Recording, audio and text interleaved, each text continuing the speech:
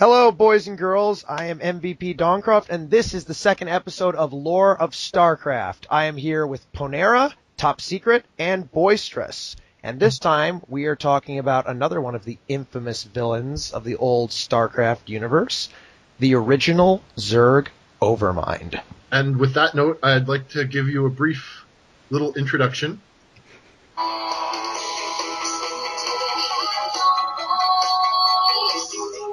Oh, this is out. Not Radio Free Zerg.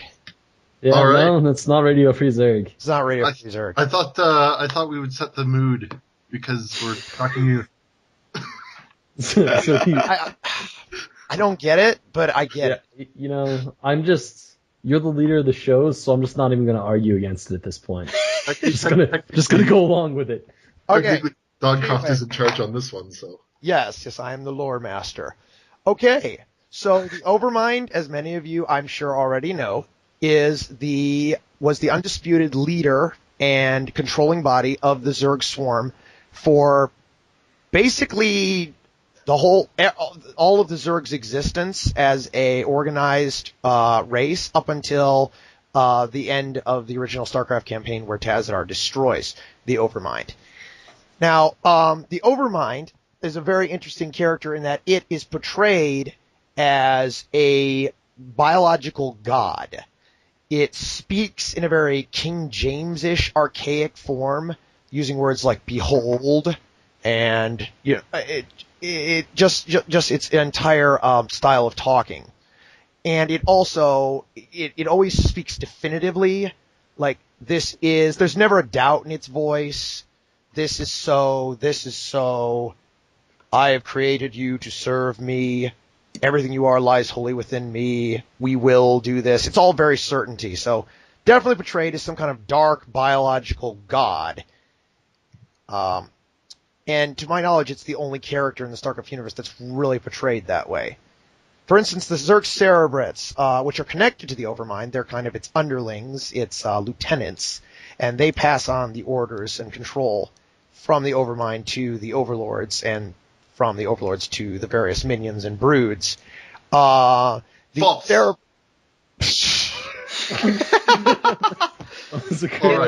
Technically, So, it is transmitted to the queens and then to the overlords, which Not- is established in not the original. That is also StarCraft. false. Okay, alright, let me just point something out here. It is not the only godlike entity, alright? We have the Dark Voice, and we have the Xel'Naga, which casts an overarching sort of godly form.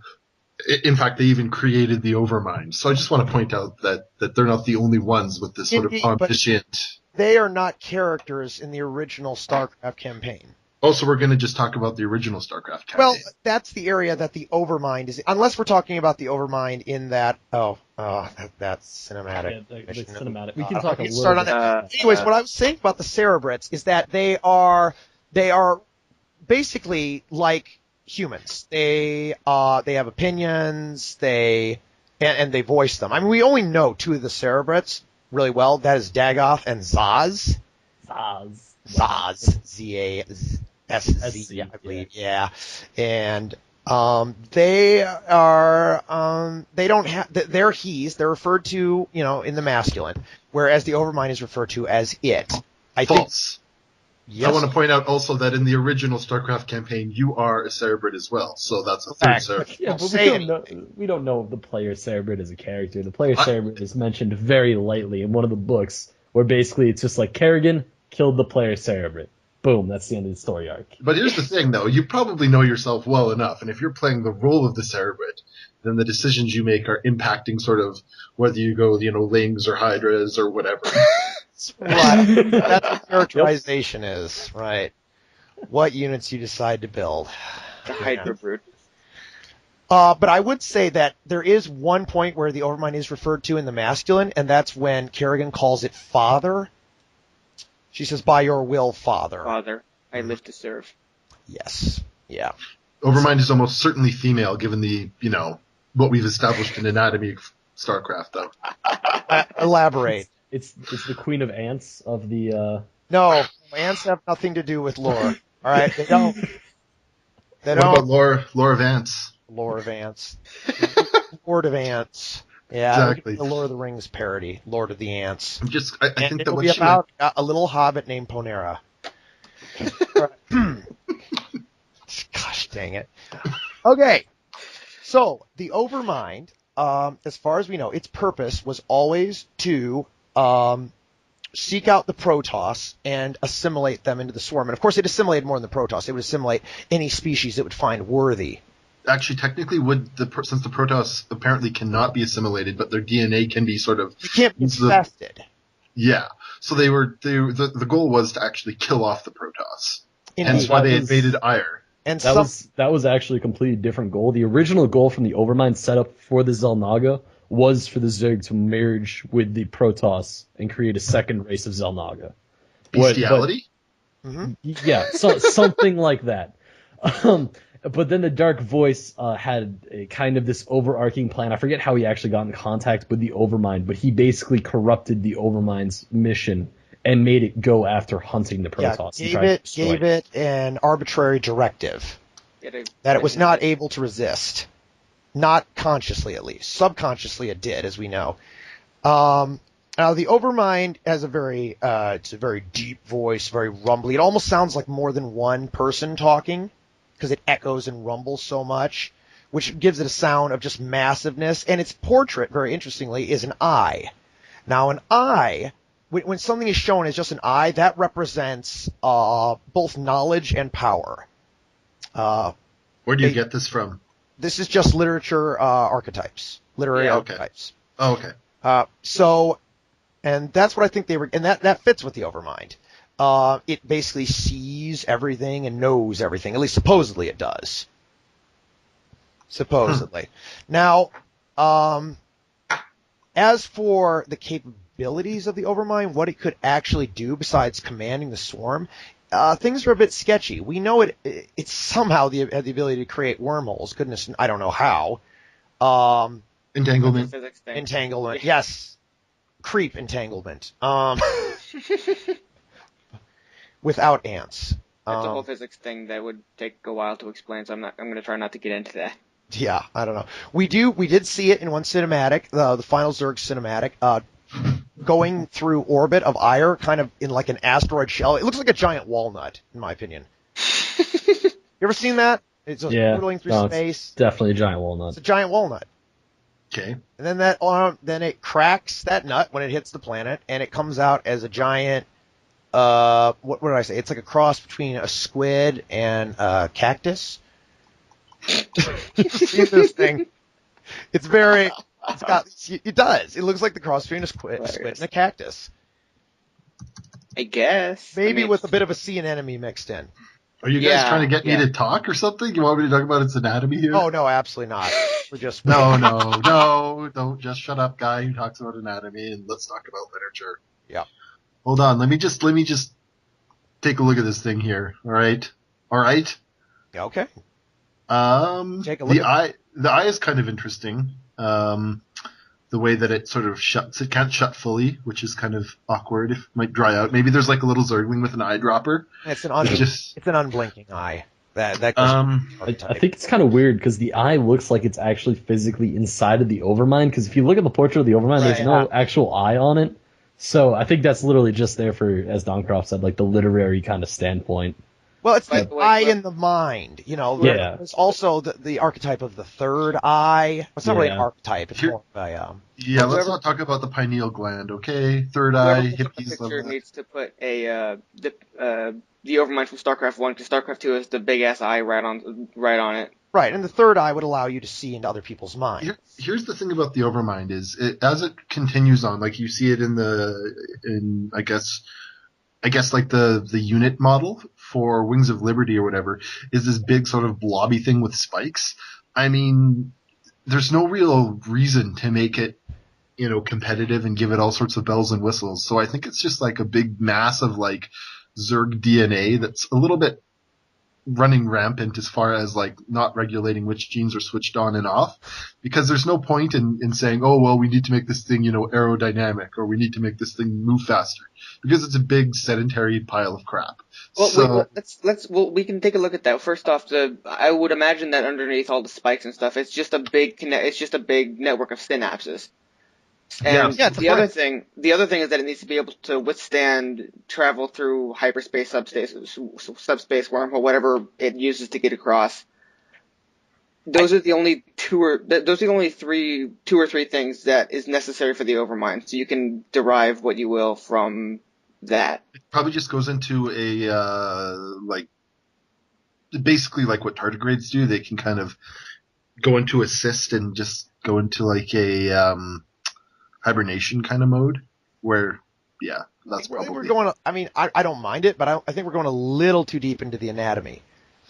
Now, as for the villainy, it also created Kerrigan, as we know. That was a big important move.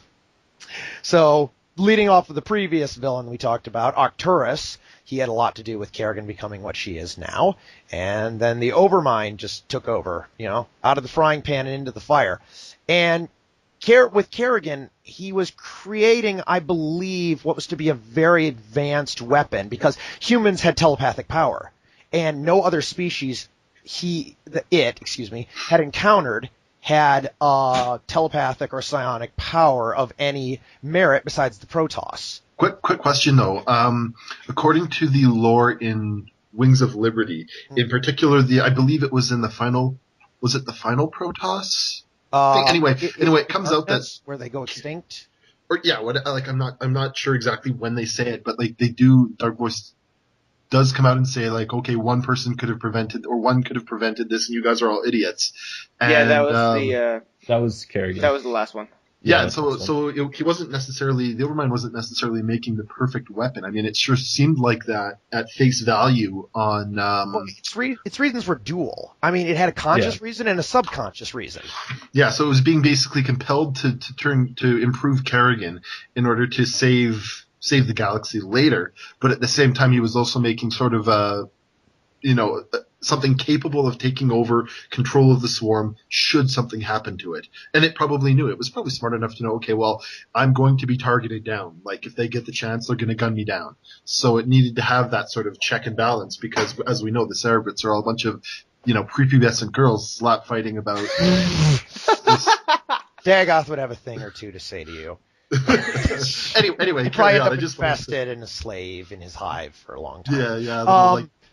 Well, we have that constant theme of oppression and domination, in that the Overmind is like supposedly an absolute control of the swarm, albeit he needs some help in the chain of command, otherwise he loses control. Well, he delegates. He doesn't micromanage. It's like me. Correct. I don't micromanage you or anything like that. Yeah, he's the CEO. He makes the final decisions. And the overarching goal of everything they do. But the funny thing is, we find out in StarCraft 2 that he himself didn't even have freedom. Yeah. Yes. So he's a dominator who himself is dominated. It's just... This sounds kinky. God. You, perhaps. All right. Well, ants dominating other ants. I know. Hey, slave taking ants in Ohio do that. I know. Some guys are into that. They actually do it, all right? Yeah, I know. And so all right, I'm going to move it back. I'm going to go ahead and move it back to the Overmind and just go back to what Doncroft said earlier, where, like, the Overmind as just a literary character is very interesting because he does have those two different motives. Consciously, again, he wants to kill the Protoss, but then subconsciously he wants to assimilate them. He wants to make another race of Xel'Naga because that was his like first programming before the Dark Voice messed with him. And if you look at Kerrigan, she kind of fulfilled both of those roles. Consciously, she was somebody that was powerful enough to kill off Protoss to actually destroy the Protoss. Yes. Whereas subconsciously, she was somebody that the Overmind could sacrifice himself, die, and she could take over the swarm and assimilate the Protoss because she did not have the tampering of the Dark Voice. Yep. At the first, in their first encounter, Tazadar and the Dark Templar tricked Kerrigan into a pointless battle that was a diversion, and Tazadar even created a hallucination of himself for her to fight with pointlessly. Meanwhile, Zeratul snuck behind enemy lines and killed the Cerebrit Zaz, and that actually indirectly damaged the Overmind, the shock of having one of his so-called immortal cerebrates actually completely destroyed beyond repair sent the Overmind into a coma, a temporary coma. So the whole 7th mission of the Zerg campaign, the culling, while you're wiping out Zaz's brood, which has gone haywire and rampant, feral, the Overmind is out of commission. And then he wakes up an eye for an eye and gives Kerrigan and the Cerebrate a command to take revenge on the Dark Templar, let not a single one escape. Okay. All right.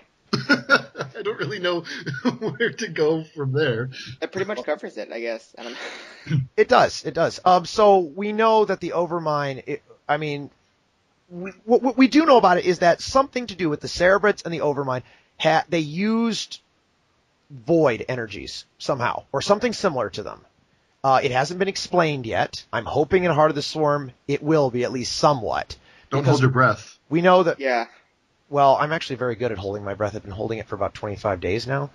I'm actually using an oxygen supply through a vocalizer to talk right now.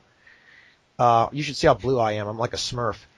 And I don't mean you Bronze Leaguers. I don't mean the Bronze League. I mean an actual Smurf, like the little blue men. Look it up.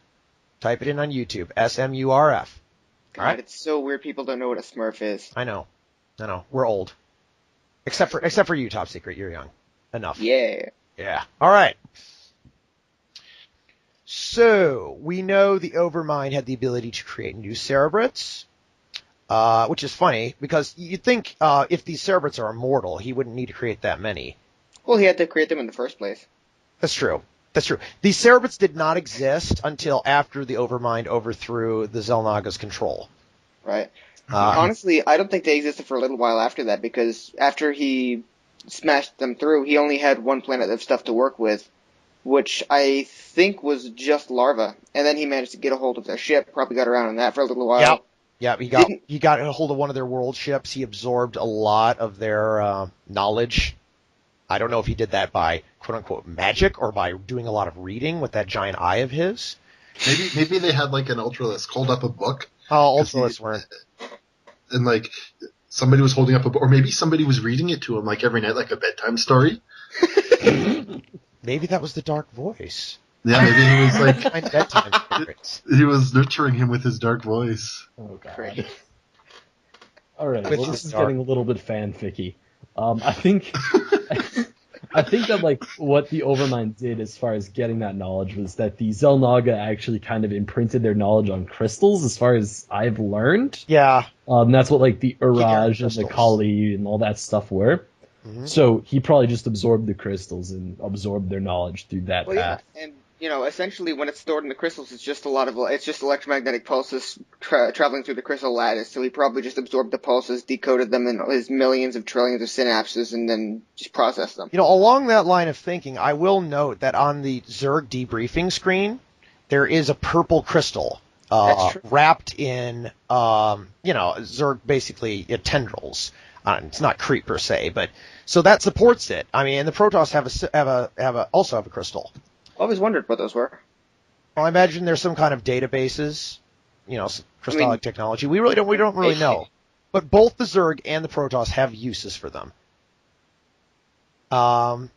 The Overmind, Maybe the Overmind is one of those like collectors, like those crazy people that put like. Oh, he's definitely a collector. He puts like they put like different crystals on different parts of their face, like crystal healing, and they think that it's like helping their auras. Maybe the Overmind is just batshit crazy. Did we ever consider that? Who in the StarCraft universe isn't? Yeah, that's a good true. point.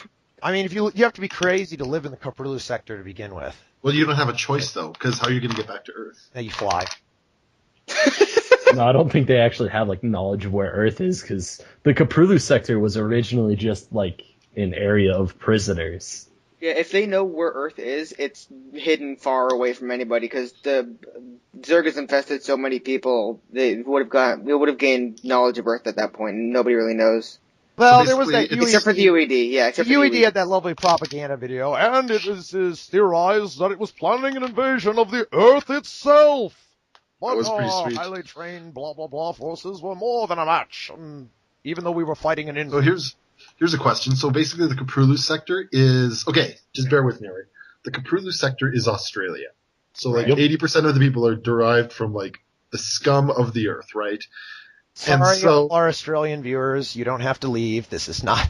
no, This screw you, is Australia. just Let's Panera. I've got It's a what bone he to Bancroft does does. not right? necessarily share the opinions and views shown by. All right, let me just, Oh. okay, can I finish this analogy? All right. Now, if you look at Australia, basically everything in Australia can and wants to kill you. All right, so that's like the third. Okay. And then you get the people like the Protoss, right? So you get like your Canadians coming over there and whatnot, giving them new technologies, things like the internet and whatever else. Okay, so just I think that this is where they were Where does going. the Overmind fit into this? I just want to know. Oh, there's that huge rock in the middle of Australia. No, that's the Kedaran crystal. That's Wait. what the mount. Maybe the Overmind is like the Mounties or something, or Maybe maybe Overmind is like the Ant Queen. or the in, Great in Dingo Australia. God. The great dingo god Why not? eating babies. Eating dingoes so that the dingoes can have a good hunt. All right. It makes sense in a pagan way. Whatever. Okay, we are way off topic. The funny thing is, as good as a character as the Overmind is, it is kind of shallow in that it's a dark god, which with a fairly singular goal of infestation, conquer, dominate, move on, with the ultimate goal of Ire and the Protoss. So it doesn't have that much of a dichotomy unless you look into the stuff in StarCraft 2. Now, what's the name of that mission? It's the third Protoss mission in Wings of Liberty. Oh, what is it called? I remember what those are called. Describe it. It's the one where you're chopping off. giant You're dead jumping around the Overmind. Overmind. And you're there to make contact with the gargantuan tendrils and Oh yeah. and husk and on the ire. Yes, I remember that. Okay, well, whatever. I'm gonna find the name because it's I'll Echoes find of the Future. Yeah, Echoes of the Future. There you go. Frickin' Echoes of the Future. Yep, that mission frustrates the heck out of me because if any of you've seen the final cinematic of StarCraft, the original, Tazadar basically destroys the Overmind by powering up his ship with the Dark Templar and High Templar energies. It's the Gontrethor, the supercarrier. Yeah. Slams into the Overmind with these energies, opens up basically a vortex or a black hole, disassembles the Overmind piece by piece in a huge light show, and sucks every last particle of it into oblivion. I don't I'm remember pretty it that sure- way. That's I'm pretty sure exactly the Overmind was the one who opened the portal. He was trying to get away, and then he just didn't get away in time to dodge the ship, or dodge the freaking explodey light thing that flew out of the ship and smashed into him. Yeah, I'm pretty sure that was literally just the Gontrethor. I don't think there was anything near that fancy about it. I think No. Tassadar literally just took Void and Kala energies and just charged the Gontrethor and then Yeah. ran with the Well, we know it said flat out that Was Tazadar's not- global spirit, as well as the fragments of the Overmind, were sucked into the void. And wasn't Ganthrier, an Thor? arbiter instead? The Thor? Yeah, was that not an No, it was a super carrier. That was Supercarrier, yeah. okay, I That didn't was, know. I that thought was a badass supercarrier that could one-shot battle cruisers. so. It Yeah, was it was kind of pretty like weird. it was kind of like the flying aircraft carriers that Americans tried to make at one point, the big Zeppelins. Oh, those actually were a thing? Yeah, Wow. I was gonna yeah. say yes. Wow, yeah. that's Look it up. correct. Look it up. Flying aircraft carrier. You learned it here first. Oh, I saw it Well, once on an old the Superman Avengers is going to come up. But, no joke. Saw it on a Superman cartoon. One of the old ones from like the 50s or whatever. Yeah. But I didn't think it was actually real. Anyway, so if in the mission, Echoes of the Future, we got this giant corpse of the Overmind. And it's all there. It's just very dead. Looks like someone set off a bomb in the middle of it. Which is Blew out. exactly what happened. No, it is not exactly what happened. It was disassembled into little pieces and sucked into the void, and not a single piece was left. Because the idea was, at least this is how I always understood it, if a single piece of the Overmind was left, it could potentially regrow. But they didn't leave a single piece. Tazadar was very thorough. So all of a sudden you've got this dead body out of nowhere that clearly was not there in the old cinematic, and I don't get it. Does anyone get it? Because I don't. I do. I think that was just a little bit of retconning, but also, I mean, if you look at the kind of fine print behind how you slay Cerebrates, it really only says that you need to kill them with void energies to stop them from regrowing. That's true. Well, I'd be fine with that if the end was like, in typed dialogue or whatever, but we saw what happened to the Overmind. Physically, saw it in the cinematic. And all that was left was a big egg, like a fried egg-shaped mound of dirt. Yeah, I guess. I don't know. I mean, it's hard to piece something together that deep from a cinematic from the original game.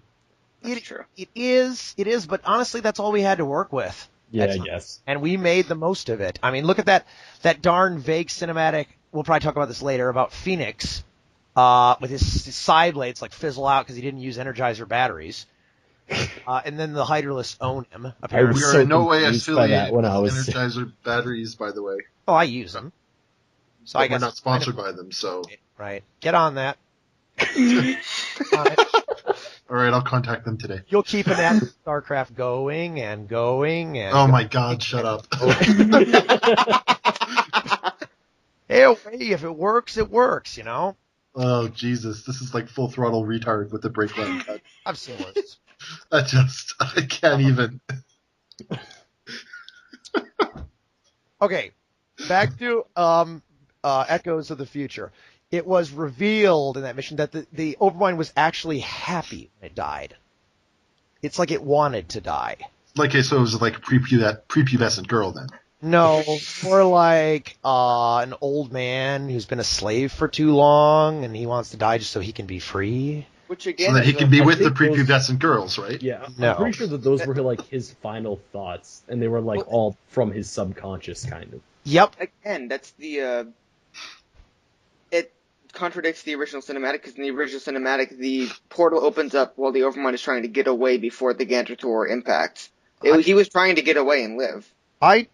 I've never actually heard that, and I'm not. If you look at the portal, he opens the portal. Gantrator's coming in. Overmind's like, "Oh shit, portal!" and then he gets hit and dies. I think that was Tazdar opening that. I don't believe Tazdar had the power to open wormholes. No. Whereas the Overmind all the did. time. And Tazdar was the most powerful Protoss that we've known of. I mean, he was able to wield both the Kala and the Void equally. We don't. Adun had that ability. He didn't do any portals. He turned the carrier into flipping energy, flew into the Overmind, and dismembered it. And that thing's like the size of a. Well, that's a matter energy transfer. That's not opening. So we're transferring matter into the Void. Okay, Doncroft clearly does not understand entanglement, so we'll let him get a pass. I do physics. I win. All right. Well, here's a question for you. Okay, so you talked about its conscious, and its subconscious, right? Yes. Now, what we see in Wings of Liberty, or we start to get a lot of evidence of, is that the Overmind is actually a pretty good dude, right? Like he went out of his way to get Kerrigan for good reasons, blah blah blah blah blah. So they're kind of making him into a good guy, like a martyr. Like, okay, he sacrificed himself. So hold on. In the QAs that Kindragon released, he said that the Overmind was not good, and they didn't mean to portray him that way. Then that's just poor writing. No, it isn't. He's not good. He's selfish. All right, he cares about the Zerg and only the Zerg. He wanted the Zerg to live on, and he knew that if he was like a guy that could kind of see the future a little bit. And that's been demonstrated a couple times. And he knew that if he killed off the Protoss, he would, the swarm would die. Right, because their purpose would be fulfilled. Yeah. And that so then wait, so why did he attack Ire then? Oh, because he was no choice. Right? He's got this sort of, where I was going was, it really does have a fractured sort of mind, right? Yes, on one hand, he's trying to make it so that the Zerg as a whole can just survive and doesn't want to conquer, necessarily everything because that way the Zerg would die, fulfilling their purpose, right? So he's trying to find that happy balance, but at the same time is being sort of compelled. I wouldn't say necessarily controlled, but certainly compelled. Think about somebody who's say addicted to whatever, right? It's not like they're directly controlled by, say, alcohol, right? But they're compelled very strongly to use that substance. It might be a similar thing where the neurons and synapses are organized in such a way that, he's really compelled to listen to what the dark voice says to the point where it's painful not to.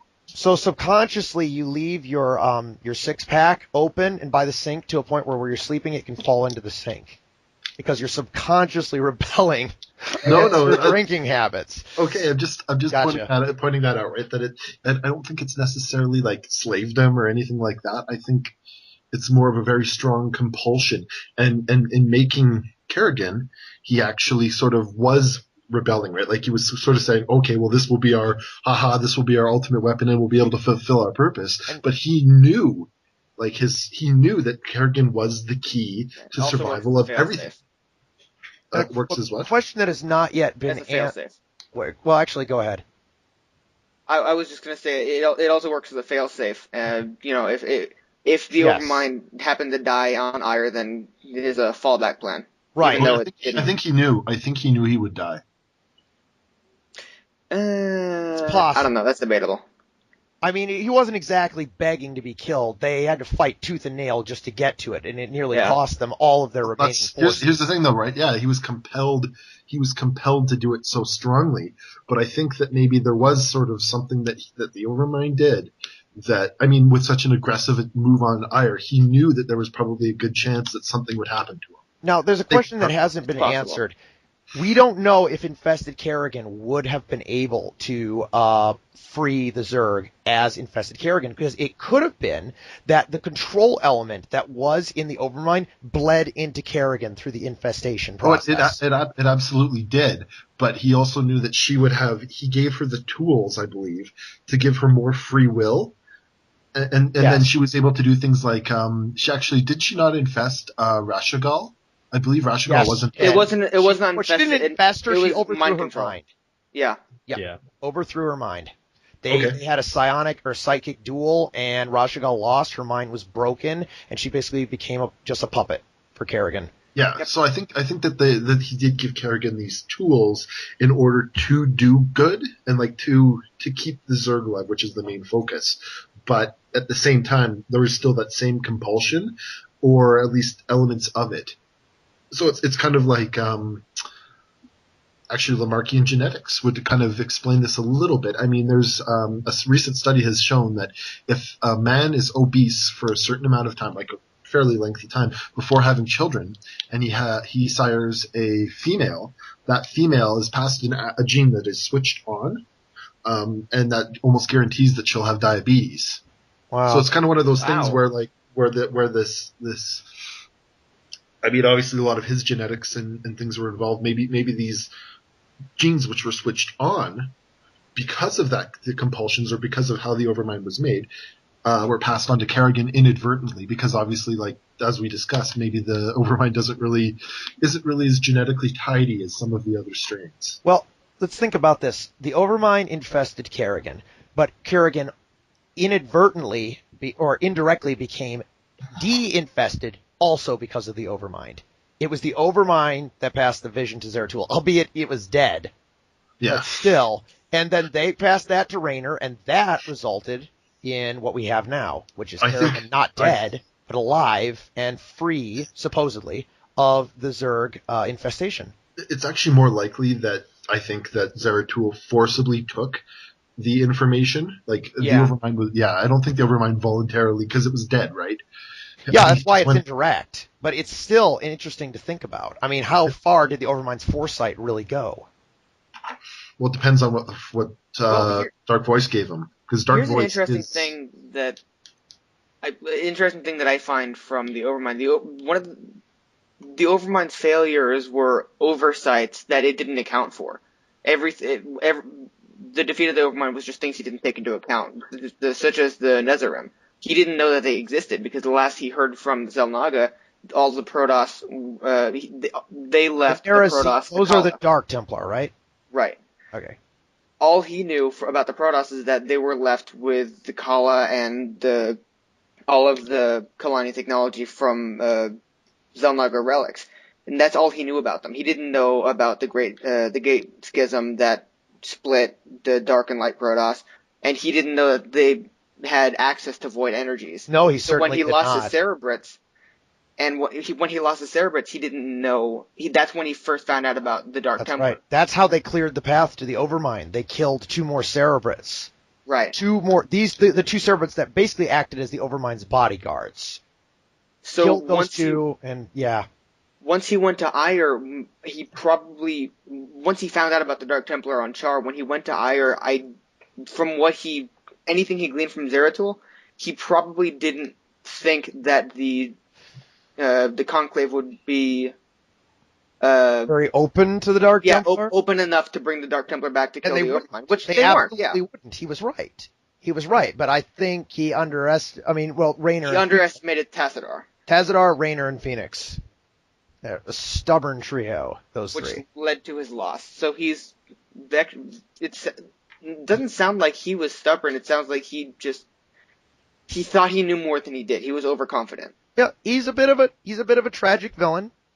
It's very interesting. The anti-villain? No, he's not an anti-villain. He's a tragic villain. Kind of like Richard III from the play Richard III, written by Shakespeare. Anyone's read that? Shakespeare's terrible. Shakespeare is the father of the English language. No, he's a shithead. You're welcome. Okay. I'm afraid since Shakespeare's almighty name has been insulted, we're going to have to bring this episode to a close before further a sacrilege is performed in the name of lore. But thank you, three gentlemen, for joining me for this episode of Lore of StarCraft, and thank you all for listening. And we're going to be discussing this on the official BattleNet forums for StarCraft 2. If you have questions, comments, input, anything, feel free to go there. We'll make sure to put a link in the description, Ponera. And and we will see you next time. Penis. All right, bye-bye.